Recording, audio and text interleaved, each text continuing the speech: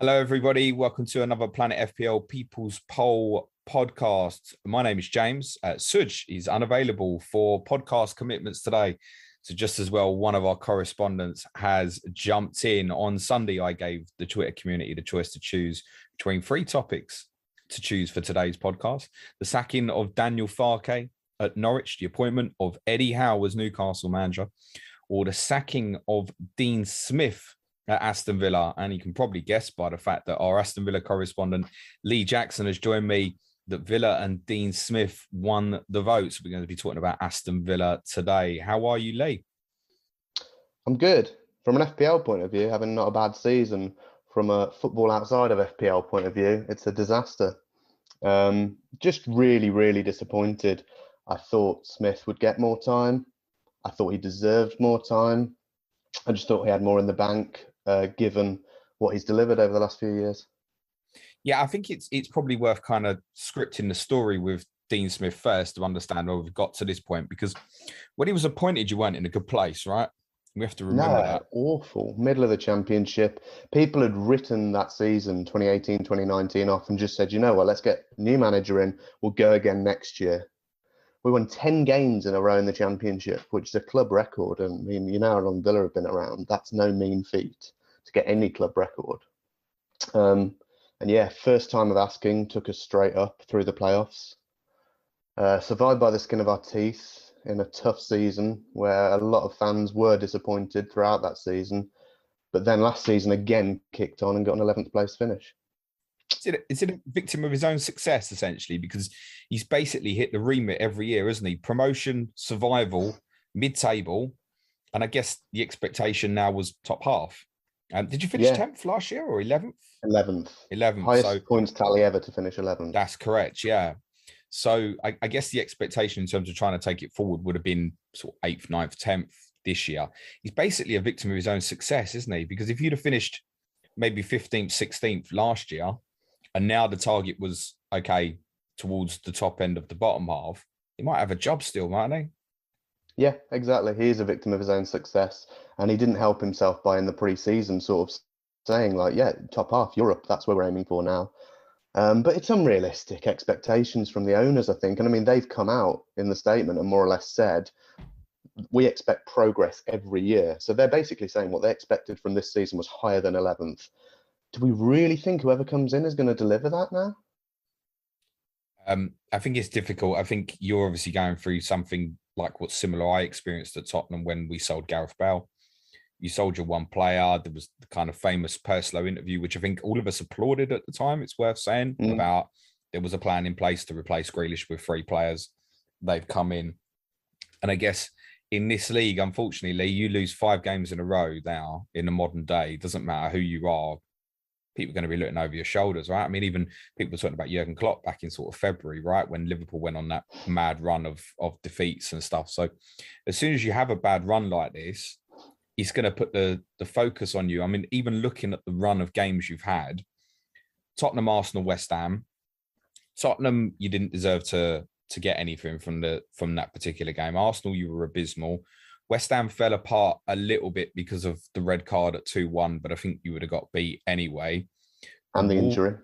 Yeah. JJ went off injured. The Wolves game you look back on as probably the real sickener, 2-0 up with 10 minutes to go. And then the first half Friday was bad. But then you played you played a lot better second half without ever looking like you were going to score is what I'd concede on that. And I guess when you reflect on it and go, you've lost five games in a row. You haven't played any of the 3 best teams in this league. You could throw United in there and make it a big 4. But then that's kind of the point, isn't it? It's only going back, 7-8 game weeks ago. You won at Old Trafford with this new system. And it's and there was general hope at that stage. Can Villa qualify for Europe and stuff? So it changes so quickly, doesn't it? Yeah, it's mad. But you say those fixtures. Yeah, we haven't played any of the big 3, but Arsenal, West Ham, Spurs, they're not easy fixtures by any means. It's not like we've gone out there and lost to Norwich, lost to Newcastle, drew with Burnley and stuff. No disrespect to those teams, but we've played tough teams and we'd have beaten Wolves if it weren't for that capitulation in the last 10 minutes. So I think in that respect, my view is the results aren't as bad as they first look. But I will concede, like you say, the performances have been shocking. And I think that's ultimately where anyone who's watched all of those games would be like, can you really see us turning this around? We're not seeing many signs that it is going to be turned around. But it's just heartbreaking because I look back at where we were when we first got promoted, and we had Luke 1874 making the kit. We had so that's a Villa fan making the kit. We had a Villa fan as the manager. We had a Villa fan as the captain. It was like, oh my God, it's all coming together. This is the dream. Whereas now it feels like whoever we get in as a manager, Villa might just be a stepping stone for them. I'm sure we'll get onto the names that are being touted, but yeah, it just feels like whoever we go for now. I put this on Twitter. None of the names are really exciting me. There's not many alternatives. I mean, you look at Spurs, okay, they got rid of Nuno, they got Conte, upgrade. Bruce gone, Newcastle get Howen, upgrade. Cisco's gone, Ranieri comes, even that, it's an upgrade. Whereas I just don't feel like we're going to get an upgrade necessarily.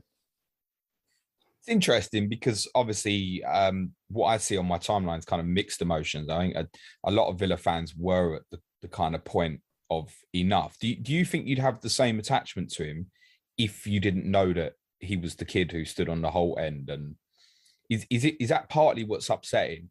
Like if his name wasn't Dean Smith, Aston Villa, and he was, I don't know, just Daniel Farke, for example, would you feel the same way about it as you do? It's really hard, isn't it, to look at it objectively and say, how would I feel? But honestly, I think I would personally, yes, I would have given him more patience. We're 10, 11 games into the season.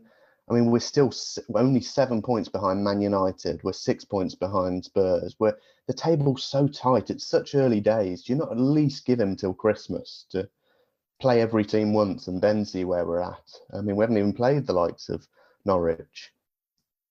I think no disrespect to Norwich.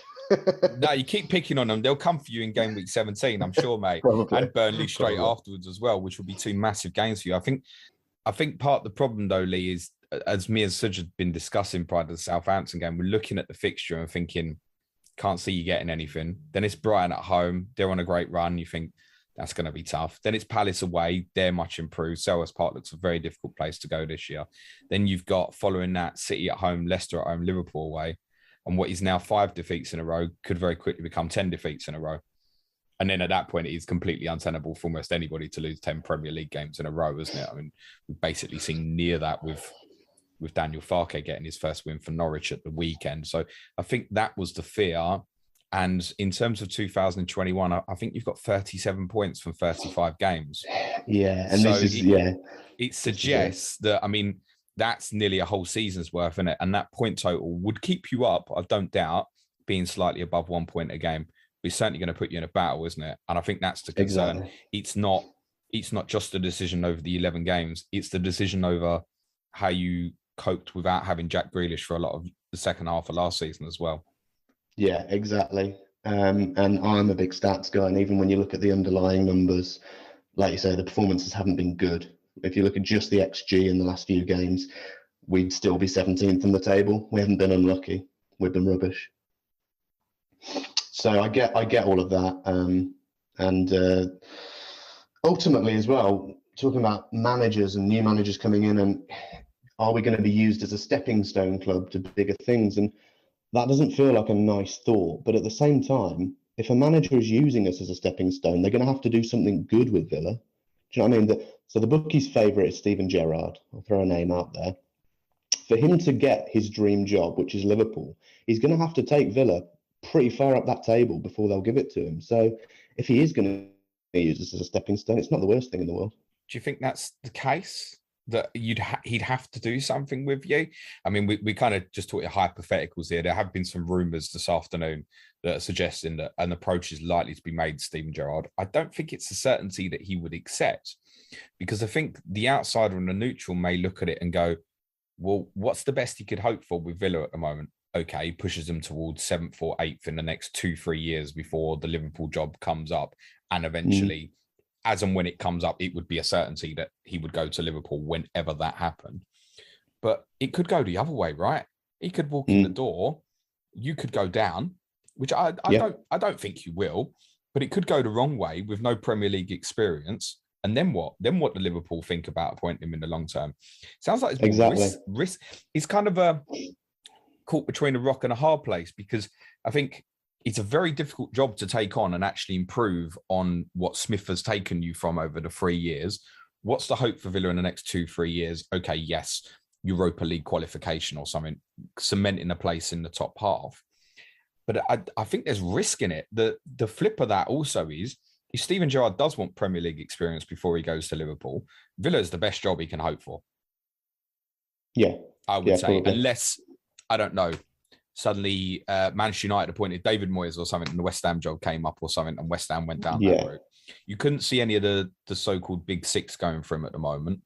He's obviously not going to go to someone like Everton. The Newcastle job's gone now. So it's Villa. Villa would be the biggest job he could have. Like you say, it's high risk for him to take that role. I think it's also high risk in the fact that we have sacked Smith, in that I think if Smith had stayed in charge, we wouldn't have gone down. Whereas, like you say now, if someone comes in and it doesn't work, we could go down this season. We've got to accept that it's unlikely, but it's a very real possibility now. That's a difficult run of fixtures for the new manager to take on. Mm-hmm. Not easy at all in terms of definitely expecting a managerial bounce. I don't think there's a guarantee in that. There's definitely a risk in Steven Gerrard, who, it must be said, has been doing an absolutely brilliant job at Rangers. And as we've already said, he's an absolute shoo-in to be the Liverpool manager whenever Jurgen Klopp decides that's it. And there's no sign of that happening in the next few years. Does he want to take on the Villa job mid-season? It feels like more one, it would be better for Gerrard to walk into somewhere if he had a full pre-season to work with players. There's no doubt that he's a winner, and I imagine he would probably do very well. But what does well look like for Villa in the short term? Well, and this is it. And the fans at Villa have such lofty expectations. You've still got some fans who saw us win the European Cup in '82 and stuff, and they expect the glory days to come back. And actually, there are some fans that are sort of saying it's Europe this season. That's what we expect. And it just feels like that's unrealistic in my eyes, and in most Villa fans' eyes, I think. But huge expectations. So, like you say, it doesn't feel like the right move. If I was Steven Gerrard, I don't know if I'd take it. The other thing where Smith has obviously been incredibly unfortunate, there's been so much made of the 3 new signings, Ings, Buendia and Bailey. I see they've been on the pitch together so far for 35 minutes. Yeah, and that's it. They haven't started a game together yet, the 3 of them. We've never actually seen it to know if that will replace Grealish. In hindsight, how big of there was nothing you could do about it. How big of a loss has Grealish been? I've been saying for the last 2 years, I've never seen a Villa side that is more of a one-team player. He is just everything. Everything we do goes through him. If we're trying to see a game out, he'll take the ball and win a free kick. If we're trying to score a goal, give it to Jack, he'll do something. So it was always going to be massive. He's the best player that has played in a Villa shirt in my lifetime, easy. And I also think Dean Smith is my favourite manager I've seen in my lifetime, which is why it's just really sad. For the benefit of those watching and also listening, Lee is not as old as he looks. You don't go back to the 82 team, do you? You can't do. No, John Gregory's the first Villa manager I can really remember. And he was great. He'd be right up there for me. Martin O'Neill was good for a time, but he abandoned us at an awful time pre-season. So, no, Dean Smith will go down as a Villa legend. He was an absolute gent. And it's very rare nowadays that when a manager gets sacked, you see such an outpouring of positivity from the fan base on Twitter. And that's what we've seen. The fans clearly still hold him in such high regard and have huge respect for what he's done for us. To be honest, same with Norwich. And Daniel Farke, they've obviously got huge respect with what he's done. It's unusual to have 2 Premier League managers unfortunately lose their job over a weekend. And the outpouring is thank you. And I think both sets of fans, not everyone obviously agrees with your opinion that you should have had more time, but I think both sets of fans are certainly in the position of saying, look, very thankful for what you've done. Do you think some of the recent decisions have also influenced the decision as well, such as leaving Tyrone Mings out against West Ham? Bearing in mind he's captain of the football team.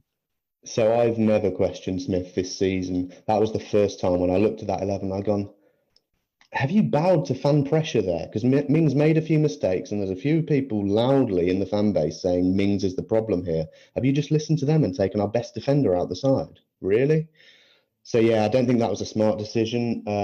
Before the Southampton game, he said something about players win football matches, not systems. That was a stupid comment. Shouldn't have made that.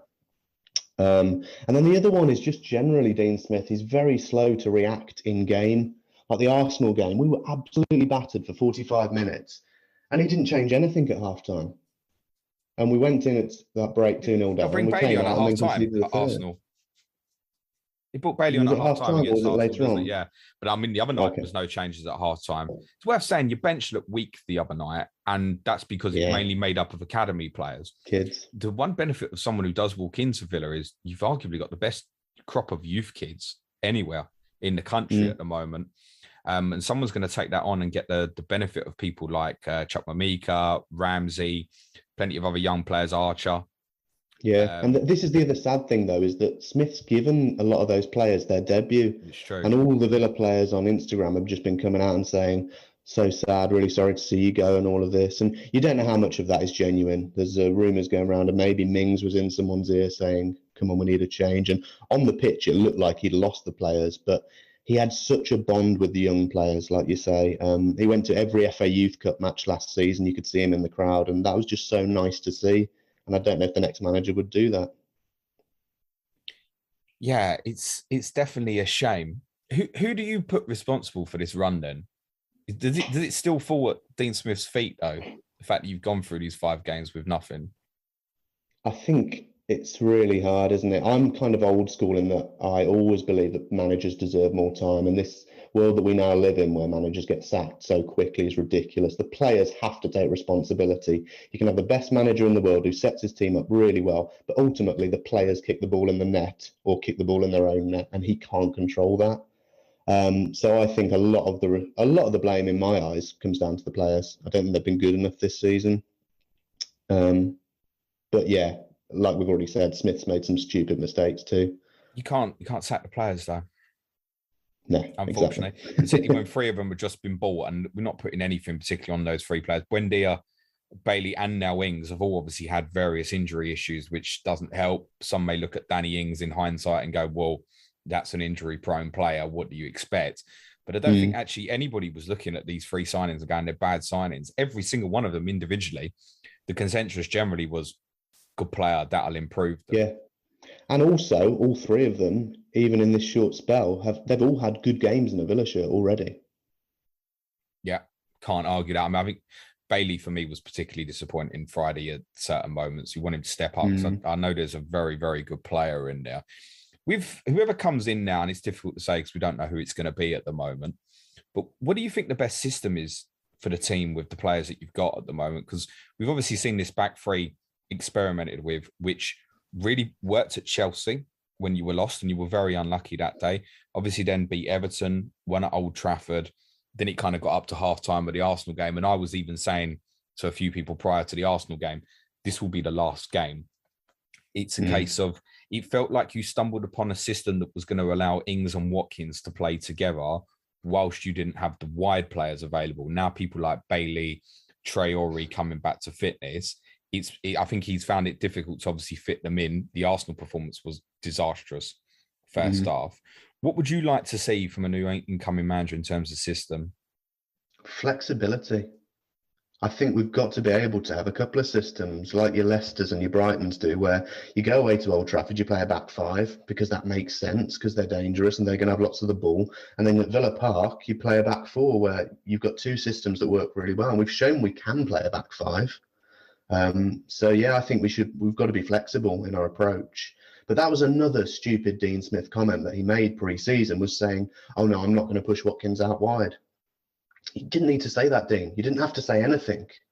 But as soon as you said that, it was like, right, well, I can't really go back on that now. And he ended up trying to force Watkins and Ings in together, whereas actually probably the most sensible lineup is to put Watkins out wide left on the wing. Is that the solution then? You think that's where it will go eventually? Ings up front, Buendia at 10 and Bailey on the right? I think so, yeah. But what does the squad need? Because I think the first 11 looks decent. The first 11 I would describe as mid-table. I think it needs a midfielder who can really dictate play. Douglas Luiz is good. He's not great. McGinn is good. He's not great. We've got lots of okay midfielders, but we don't have someone who can just dictate that play, win the ball back. We've got high energy players. McGinn runs his socks off every week. Could never dream of faulting his commitment to the cause, but just a bit of quality to really put your foot on the ball and ping those long passes out. And I think that's what we're missing. What's your opinion then on Mings? So there's a lot of people obviously watch England think he should never be in the squad. He gets in there because he's left-footed. There's a lot of Villa fans telling us last year, look, Konsa is the best centre-back at the football club. The red card for Konsa against West Ham kind of forced the hand to have to bring not just Mings, but also then Twanzebe back in the team because Horse is left-footed as well. How do you view that in terms of your opinion on Mings? Because he's captain of the club as well, right? Yeah. Well, did we concede a goal in the summer for England when Mings was on the pitch in the Euros? I'm going to say probably not. No, I don't think we did. And so those fans for England who were quickly silenced. I think Mings is a top defender. I think Konsa's also a top defender. I think he's been a bit of a scapegoat, Mings, the last few weeks. And actually, by playing Konsa and Horse against West Ham, that just highlighted that actually Mings wasn't the problem. There's a bigger problem there. What is it then? In front? Yeah, I think so. I think Nakamba has matches where he looks really good, but he's not very good on the ball. He breaks the play up well. He wins the ball back. He's a great worker and a good tackler, but he's not very good when he puts his foot on the ball. And having some cover in front of that is what we need. Do you think there's a danger whoever comes in as well might not have anything to spend in January in terms of fixing this? No, I don't think so. I would hope that, given how wealthy our owners are, that they would have a big pot ready to go. I know we've spent big in the last few years, but Man City have proven that financial fair play may as well be dead if you lawyer up and go into bat. So I don't think that should be an issue. The three players didn't even cost 100 million, did they? Bailey, Buendia and Ings? It was about 100 million, but no, just under. So you didn't actually spend anything net in the summer, did you? No, exactly. So there should be money for strengthening now. Where would you most like to see it by the midfield? You happy with the fullbacks? No, not really. I think Matty Targett's had a poor season, but he's not the only one. I don't want to single him out as being the problem, but yeah, we could do with the new left back. Ashley Young does a fine job at left back, but he's 35 now, I think, so just too old. No issues with Matty Cash. Yeah, left back. Cash, it should be said. Poland's Matty Cash, yeah, absolutely. Happy for him. But yeah, left back and a defensive midfielder are the two biggest positions I think we need to plug. Martinez is still the king. Any targets or rumours you've heard from that perspective? No, none. So if not Gerrard, who's in the race? Otherwise. Right. Bookies have got Gerrard as the clear favourite, and then you've got a cluster of other names being mentioned, which are, I'm going to miss one now, Lampard, John Terry, Fonseca, Graham Potter. Those are the main ones, I think. I think that's all of them. Graham Potter, I couldn't see, mate. No, I don't think so. Why would he? Brighton are having a great season. Bit of a sideways move. Middle of the season to go from a Premier League team to a Premier League team doesn't happen. I think that's ridiculous. Think there would be monstrous cash on the table to... Yeah. Can't see that. He's got Brighton completely built in his image to go and start again. I'm not convinced that would be the right move for him. And I think if he plays his cards right, with respect, a Big Six club might actually look at him in a few years. Although there's definitely a curve towards, I think, the Big Six clubs, generally speaking, not looking at managers like Potter, not wanting to take the risk. I would have loved Tottenham to have taken that risk for him in the summer. The other names I can see, but I mean, would you be happy with Frank Lampard or John Terry? No. And obviously, no. Terry was obviously assistant to Dean Smith. And there's a lot of people I've heard suggest that perhaps some of your defensive woes are due to him leaving the club as well. So I've written down in front of me, Gerrard, no Premier League experience. Lampard, instant improvement when Tuchel took over at Chelsea. Fonseca, no Premier League experience. Terry, no managerial experience. Martinez, that was the other name, Roberto Martinez. Talk to any Everton fan and they'll tell you he can't organise a defence. So, and this is ultimately why I think so many Villa fans feel really disappointed, because it's like... I think from the research I did in the summer, I think you'd quite like Fonseca as an appointment. It's very attack-minded coach, actually. I think that would go down well at Villa Park at the moment, because I don't feel like there's real... I know you're saying the fans are kind of hoping for Europe, but I don't foresee that as realistic at the moment. No. So I think the brand of football over the next year or two might be just as important. I think Fonseca will definitely improve that. I think Steven Gerrard would be a good appointment. I'm not convinced he's going to walk out on Rangers mid-season, actually. I don't think there's a given to that. And I don't think it's a guarantee that it would be good for Gerrard. When we were looking for a manager at Tottenham in the summer, my reservations with Gerrard wasn't the quality of him. It was knowing that you spoke about stepping stone. You know that as soon as the Liverpool job comes up, he's going to go. Yeah.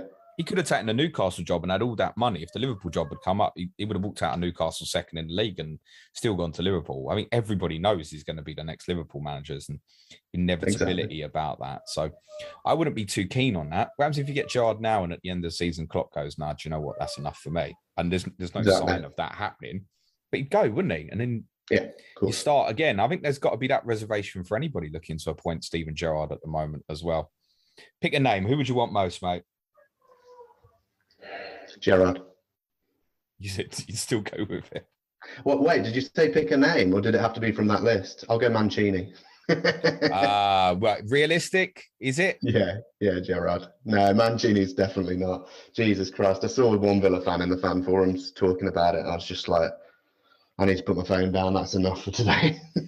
Roberto Mancini or Luis Enrique, if you could get hold of, phenomenal. But I don't see either of them going with under 12 months, basically 12 months now till the World Cup in Qatar. Obviously, they're managers of Italy and Spain, respectively. Yeah. I can see why you'd like Gerrard. I think Potter would be a great appointment, but like we both said, I can't see that. No. Is there anything else you'd want to nick from another Premier League club? I can't see it at the moment. I don't think there's anyone available. No. We'd take Pep, I think. Yeah. I'm all right. I've got Antonio Conte, mate. Yeah, you're made up. Absolute pleasure. Thank you very much for your time. We'll be keeping an eye on the news. I think you've got a very, very tricky few fixtures. And I don't think there's any guarantee that someone's going to walk in the door and hit the ground running. I mean, from a fantasy football perspective, just very briefly, there's no one, is there, right now? Well, if you're on Martinez, hold him. It's not a problem. But no, there's no one that you'd be saying, go out and buy. And even when a new manager does get announced, I don't think it's a buy. I think it's a watch and wait. With those fixtures, you're not buying.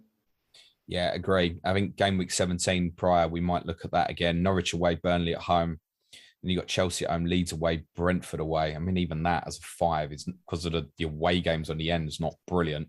Those 17, 18 might appeal for very short-term punters. If anybody's got their wild cards still left at that stage, possibly. But no, I can't see me having any interest in Villa players for quite a while, to be honest with you, Lee. Nah, me neither. Lee, absolute pleasure. Where can the guys on Twitter give you a follow, mate? Lee_Jackson_92. When's your next COTC? Do you know? Man United game. Can't remember which week. Game week 22. That's the end of that 5-game run. We look forward to it. Sky Fantasy Football for everyone tomorrow.